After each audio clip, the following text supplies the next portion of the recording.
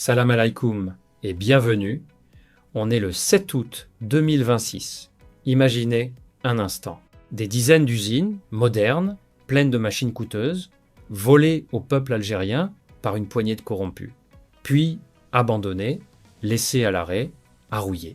Des milliers d'emplois perdus. Un gâchis immense. Eh bien, aujourd'hui, l'Algérie reprend ce qui lui a été volé. Et le chiffre est énorme.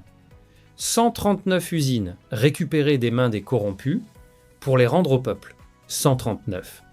Et je vais vous montrer comment ces usines de la honte renaissent, créent des emplois et produisent enfin pour les Algériens. C'est une victoire, et elle est belle. Mais cette vidéo va aussi vous émouvoir, car je vais vous raconter l'histoire bouleversante d'une femme, une Américaine de 98 ans, née à New York, qui vient de devenir algérienne. Pourquoi ? Parce qu'elle a consacré toute sa vie à défendre notre pays, à l'époque où c'était dangereux. Une femme qui a côtoyé Ben Bella, Fidel Castro, les Black Panthers, par amour pour l'Algérie. Son histoire, vous n'êtes pas prêt de l'oublier. Nous verrons aussi les changements du métro d'Alger qui prennent effet aujourd'hui même, une information à connaître absolument si vous vivez à Alger. Et enfin, comment l'Algérie s'est assise à la table des 7 pays les plus puissants du monde, le G7. Restez bien jusqu'au bout parce que chaque partie vous réserve une surprise. Et en partie 2, cette histoire d'amour entre une Américaine et l'Algérie va vous toucher en plein cœur. C'est parti. Partie 1, les usines de la corruption transformées en richesse nationale. Commençons par ce sujet qui touche à la justice sociale et à la reconquête industrielle du pays. Car l'Algérie est en train de faire quelque chose de remarquable. Reprendre les usines volées par les corrompus et les remettre au service du peuple. Voici l'événement qui illustre cette politique. Cette semaine, sur instruction du président Tebboune, le Premier ministre Sifi Grieb a inauguré à Rouiba, dans la banlieue d'Alger, dans la zone industrielle de Regaïa, une usine de production de plaquettes de frein et d'accessoires automobiles. Une belle usine moderne, qui va créer des emplois et produire localement. Mais cette usine a une histoire particulière et c'est ça qui est important. Cette unité industrielle avait été construite en 2017, puis elle a cessé toute activité. Pourquoi ? Parce que ses anciens propriétaires ont été impliqués dans des dossiers de corruption. L'usine a été confisquée par la justice et elle est restée à l'arrêt comme un corps mort, un gâchis, et c'est là qu'intervient la décision intelligente de l'État. Au lieu de laisser cette usine pourrir, rouiller, se dégrader, l'État l'a récupérée et confiée à une entreprise publique, la Société de maintenance de l'Est, filiale du groupe public GICA, pour la remettre en marche. Résultat, l'usine revit, elle produit, elle emploie, et voici le chiffre que je vous ai promis, celui qui va vous surprendre. Cette usine de Rouiba n'est pas un cas isolé. Elle s'inscrit dans un vaste programme gouvernemental de transfert de 139 unités industrielles confisquées vers des entreprises publiques. 139 usines qui avaient été, d'une manière ou d'une autre, liées à des affaires de corruption et que l'État récupère pour les remettre au service de la nation. Réfléchissez à ce que cela signifie.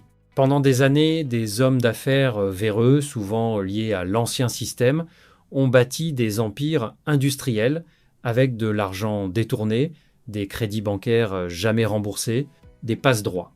Quand la justice les a rattrapés, ces usines se sont retrouvées à l'abandon. C'était un double drame, l'argent volé et les usines mortes avec les emplois perdus. La décision de l'État de récupérer ces 139 unités et de les réactiver répond à plusieurs objectifs, tous excellents. D'abord, préserver les emplois. Chaque usine qui redémarre, ce sont des travailleurs qui retrouvent un salaire, des familles qui vivent, ensuite redynamiser le tissu industriel. Au lieu de laisser mourir des capacités de production, on les remet en marche, ce qui renforce l'industrie nationale, puis éviter la dilapidation d'équipements modernes. Ces usines contiennent des machines coûteuses, un patrimoine productif considérable, qu'il serait absurde de laisser rouiller. Enfin, une dimension de justice symbolique forte. Ce qui a été volé au peuple retourne au peuple. Prenons l'exemple concret de cette usine de plaquettes de frein. Sa capacité de production est de 20 millions de plaquettes de frein par an destinées aux voitures particulières et aux véhicules utilitaires. 20 millions. Cela permettra de couvrir près des 2/3 des besoins du marché national. Vous comprenez l'intérêt? Au lieu d'importer ces plaquettes de frein de l'étranger, en dépensant des devises, l'Algérie va les produire elle-même. Et cela alimente aussi l'industrie automobile nationale, dont nous avons tant parlé, avec Fiat, Opel et bientôt Proton. Encore une fois, tout est lié, une chaîne industrielle qui se construit maillon par maillon. Alors, soyons honnêtes et équilibrés comme toujours, cette politique est excellente dans son principe, mais elle comporte aussi des défis. Gérer 139 usines n'est pas simple. Il faut des compétences, une bonne gestion, éviter que ces entreprises publiques ne deviennent des gouffres financiers mal gérés. Le risque, avec les entreprises publiques, c'est parfois la lourdeur, le manque d'efficacité. Il faudra donc que ces usines récupérées soient gérées avec rigueur, comme de vraies entreprises, rentables et performantes, et pas comme des administrations. C'est la condition pour que cette belle idée soit un vrai succès.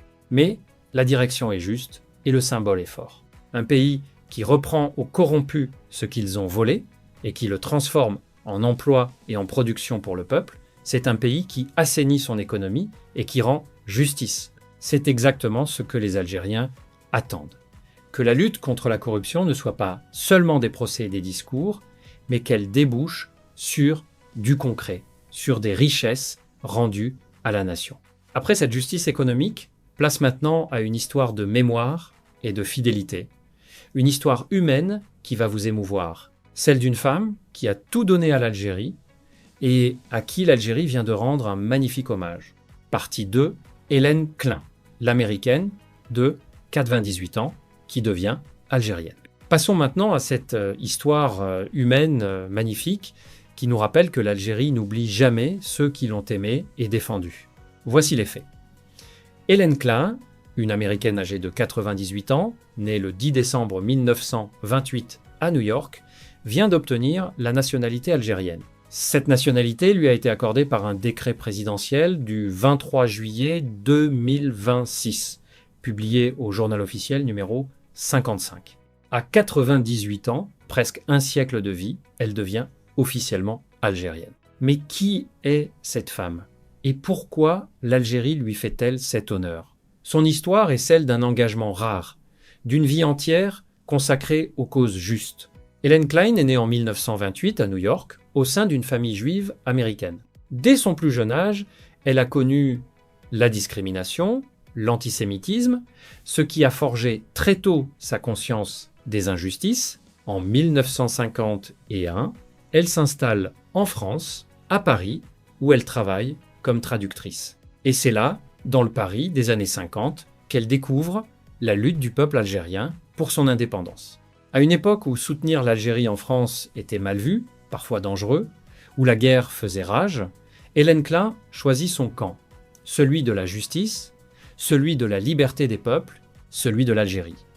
Elle rejoint les mouvements anticoloniaux et met ses compétences au service de la cause algérienne.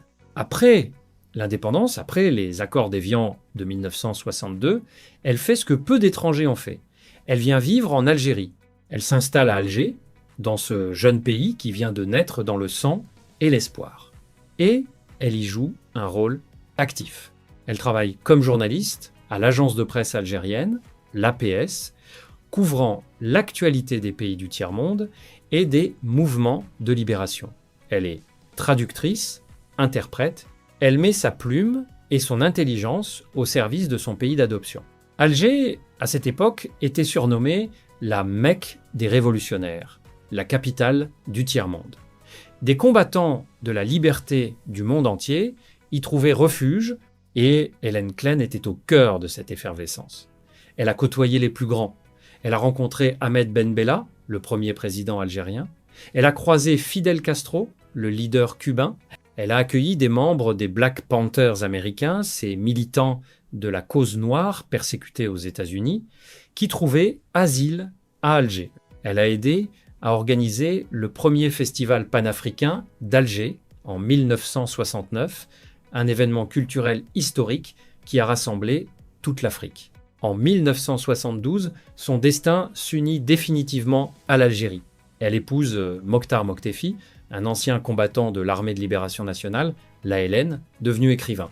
Elle prend son nom et devient Hélène Moktefi, un moudjahid et une militante américaine, unie par l'amour et par l'idéal de liberté. Elle a quitté l'Algérie en 1974, après y avoir vécu une dizaine d'années intenses, mais elle ne s'est jamais désintéressée du pays. En 2018, à 90 ans, elle a publié ses mémoires dans un livre magnifique intitulé « Alger, capitale du tiers-monde ». Un témoignage précieux sur cette époque héroïque. Alors, pourquoi cette naturalisation aujourd'hui à 98 ans? Parce que l'Algérie a la mémoire longue et le cœur fidèle. Ce décret, c'est un geste de reconnaissance, de gratitude, envers une femme qui a donné une partie de sa vie à notre pays, à notre indépendance, à notre rayonnement. C'est une façon de dire « Hélène, tu as toujours été des nôtres, alors deviens officiellement l'une des nôtres ». Et il y a une symbolique très forte dans ce geste que je veux souligner. Hélène Klan est née dans une famille juive américaine et elle a consacré sa vie à défendre l'Algérie, la Palestine, les peuples opprimés, les Noirs américains. Son parcours nous rappelle une vérité essentielle. Les vraies lignes de partage ne sont pas entre les religions ou les origines, mais entre ceux qui défendent la justice et ceux qui défendent l'oppression.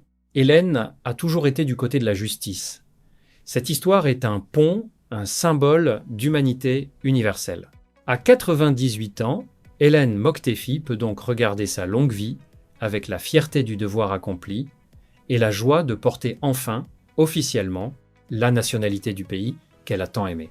C'est une belle leçon de fidélité, pour elle comme pour l'Algérie. De cette histoire de mémoire et de fidélité, passons maintenant à un sujet très concret du quotidien, qui concerne directement des centaines de milliers d'Algérois. Car dès aujourd'hui, le métro d'Alger change. Et si vous l'empruntez, vous devez le savoir. Partie 3, métro d'Alger, les changements qui prennent effet aujourd'hui. Le troisième chapitre de cette vidéo est une information pratique, utile, pour tous ceux qui vivent à Alger ou qui s'y déplacent. Car le métro d'Alger connaît des changements importants qui prennent effet aujourd'hui même, ce vendredi 7 août 2026. Voici l'information. La société d'exploitation du métro d'Alger, SEMA, a annoncé une modification du plan d'exploitation de la ligne de métro à partir d'aujourd'hui, vendredi 7 août, dans le cadre d'un programme de maintenance technique. Autrement dit, pour entretenir et améliorer le réseau, une partie du parcours est temporairement réorganisée. Concrètement, qu'est-ce qui change?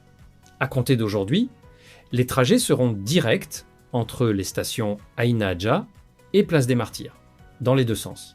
Ce nouveau dispositif remplace temporairement le parcours qui reliait El Harrach Central à Place des Martyrs. Cela signifie que certains voyageurs, notamment ceux qui se dirigent vers plusieurs stations, devront effectuer une correspondance, c'est dire changer de rame en cours de route. Pourquoi je vous parle de cela? Parce que c'est le genre d'information pratique qui peut vous éviter des désagréments. Si vous prenez le métro à Alger, anticipez ces changements, prévoyez éventuellement un peu plus de temps pour vos trajets et renseignez-vous sur les correspondances nécessaires selon votre destination. Une personne prévenue en vaut deux, mais au-delà de l'aspect pratique, je veux profiter de cette occasion pour parler d'un sujet plus large, les transports en commun en Algérie et leur importance. Le métro d'Alger est une véritable fierté. C'est le premier métro du Maghreb, inauguré en 2011. Il transporte chaque jour des centaines de milliers de voyageurs, de façon rapide, propre et moderne. Il désengorge la circulation, réduit la pollution et facilite la vie des Algérois. Ces travaux de maintenance, même s'ils causent une gêne temporaire, sont la preuve qu'on entretient et qu'on améliore ce précieux équipement pour qu'il dure et qu'il fonctionne bien. Et le réseau continue de s'étendre. Des projets d'extension du métro sont en cours pour desservir de nouveaux quartiers et de nouvelles communes. À cela s'ajoute le tramway d'Alger et les tramways d'autres villes comme Oran, Constantine, Sétif ou Argla. L'Algérie investit dans les transports en commun modernes, ce qui est essentiel pour des villes qui grandissent et où la circulation devient difficile. Le transport, c'est un enjeu majeur du quotidien. Combien de temps perdons-nous dans les embouteillages? Combien de stress, de fatigue, de carburant gaspillé? Développer des transports en commun efficaces, c'est améliorer concrètement la qualité de vie des citoyens, leur faire gagner du temps, de l'argent et de la sérénité. C'est aussi bon pour l'environnement en réduisant le nombre de voitures et la pollution. Alors, si la maintenance d'aujourd'hui cause une petite gêne, voyons-la positivement. C'est le signe qu'on prend soin de nos infrastructures. Un métro bien entretenu, c'est un métro qui vous servira fidèlement pendant des décennies. Patience donc pour les usagers et adaptez vos trajets en conséquence à partir d'aujourd'hui. Terminons cette vidéo en prenant de la hauteur. Car après l'histoire d'Hélène, les usines récupérées et le métro, je veux vous parler de la place que l'Algérie occupe désormais dans le monde. Une place qui grandit jusqu'à la table des plus grandes puissances de la planète. Partie 4, l'Algérie, cette puissance tranquille qui s'affirme dans le monde. Pour ce 4e et dernier chapitre, élevons le regard vers la scène internationale, car l'Algérie y occupe une place de plus en plus importante, celle d'une puissance tranquille qui s'affirme. Le symbole le plus frappant de cette montée en puissance, c'est la participation du président de la République à un sommet du G7. Le G7, pour ceux qui ne connaissent pas, c'est le club des 7 pays les plus industrialisés du monde. Les États-Unis, le Japon, l'Allemagne, la France, le Royaume-Uni, l'Italie et le Canada. C'est la table des plus grands. Et l'Algérie y a été invitée. C'est pas rien. Cela veut dire que la voix de l'Algérie compte, qu'elle est écoutée par les puissances qui dirigent l'économie mondiale. Comment l'Algérie en est-elle arrivée là? Grâce à plusieurs atouts que nous avons largement documentés sur cette chaîne. D'abord, sa puissance économique. L'Algérie est désormais la 4e économie d'Afrique, avec un poids qui lui permet d'assumer des ambitions géopolitiques, notamment en Méditerranée. Une économie forte donne une voix forte. Ensuite, sa puissance énergétique. Nous en avons parlé, 10e producteur mondial de gaz, fournisseur stratégique de l'Europe. Dans un monde qui a soif d'énergie, celui qui possède le gaz possède une carte maîtresse. L'Algérie est devenue incontournable pour la sécurité énergétique de l'Europe. Mais il y a aussi une dimension plus noble, plus morale de la diplomatie algérienne que je veux souligner car elle fait la fierté de notre pays. L'Algérie porte une voix, celle de la justice et des peuples opprimés. Au Conseil de sécurité des Nations Unies, la voix de l'Algérie a résonné fort en faveur du droit légitime du peuple palestinien. L'Algérie a toujours été à l'avant-garde de la défense des causes justes, des peuples qui luttent pour leur liberté et leur dignité. C'est une tradition ancienne et prestigieuse. Rappelez-vous, dès 1974, l'Algérie appelait à l'établissement d'un nouvel ordre économique mondial plus juste, qui tienne compte des intérêts des pays en développement. L'Algérie a toujours défendu les pays du Sud, les opprimés, ceux qu'on n'écoute pas. Et cette histoire rejoint celle d'Hélène Klein, dont nous avons parlé au début de cette vidéo, l'Algérie, terre de justice et de soutien aux causes justes. La diplomatie algérienne repose aussi sur un principe fort, le refus de toute ingérence étrangère et la défense de la stabilité régionale. L'Algérie prône la non-ingérence, le règlement pacifique des conflits, le dialogue. Dans une région troublée, minée par les conflits en Libye, au Sahel, l'Algérie joue un rôle de médiateur, de force de stabilité. Elle refuse les interventions militaires étrangères qui, selon elle, mènent au chaos. Cette diplomatie, on l'a qualifiée de puissance tranquille. Et l'expression est juste. L'Algérie ne fait pas de bruit, ne cherche pas la provocation, mais elle avance, elle s'affirme, elle pèse, elle combine plusieurs formes de puissance, économique, énergétique, politique, culturelle. C'est un activisme diplomatique à tous les niveaux, discret mais efficace. Alors, soyons équilibrés, comme toujours, cette montée en puissance est réelle et justifiée. Mais elle s'accompagne de responsabilités. Une puissance régionale doit être à la hauteur de son rang, par la cohérence de sa diplomatie, par le développement de son économie, par le bien-être de son peuple. La vraie puissance, ce n'est pas seulement d'être invité à la table des grands. C'est d'avoir une économie prospère, un peuple qui vit dignement, une société apaisée et juste. C'est cela qui donne le poids véritable. Mais reconnaissons le chemin parcouru. Une Algérie qui siège au G7, qui fournit l'énergie de l'Europe, qui porte la voix des opprimés, qui médit dans les conflits régionaux, c'est une Algérie qui a retrouvé sa place et sa fierté sur la scène mondiale. Et cette place, elle la doit à son histoire, à ses ressources, mais surtout à son peuple, à vous, en Algérie comme dans la diaspora, qui portez haut le nom de votre pays partout dans le monde. C'est cela la puissance tranquille, une Algérie sûre d'elle-même, fidèle à ses valeurs et respectée par le monde. Voilà pour ce grand tour d'horizon de l'actualité algérienne. En ce 7 août 2026, récapitulons les points essentiels. L'État poursuit la récupération des usines confisquées dans des affaires de corruption, avec l'inauguration à Rouiba d'une usine de plaquettes de frein, l'une des 139 unités industrielles reprises pour être remises au service du peuple, préservant les emplois et la production nationale. Hélène Klein, une Américaine de 98 ans, a obtenu la nationalité algérienne par décret présidentiel, en reconnaissance de toute une vie de combat aux côtés de l'Algérie, de son indépendance et des causes justes. Une histoire de fidélité et de gratitude qui honore notre pays. Le métro d'Alger connaît, à partir d'aujourd'hui, des changements dans son plan d'exploitation pour cause de maintenance, avec des trajets directs entre Aïn Nahdja et Place des Martyrs, une information pratique pour tous les usagers. Et l'Algérie s'affirme comme une puissance tranquille sur la scène mondiale jusqu'à la table du G7, forte de son économie, de son énergie et d'une diplomatie fidèle à la défense des causes justes et des peuples opprimés. Les usines, Hélène, le métro, la diplomatie, 4 sujets très différents, mais une même Algérie, fidèle à sa mémoire et à ses amis, juste envers son peuple, attentive au quotidien de ses citoyens et fière sur la scène du monde. Une Algérie qui avance avec ses valeurs et sa dignité. Merci d'avoir suivi cette vidéo jusqu'au bout. Si elle vous a plu, likez, abonnez-vous et partagez-la en Algérie comme dans la diaspora.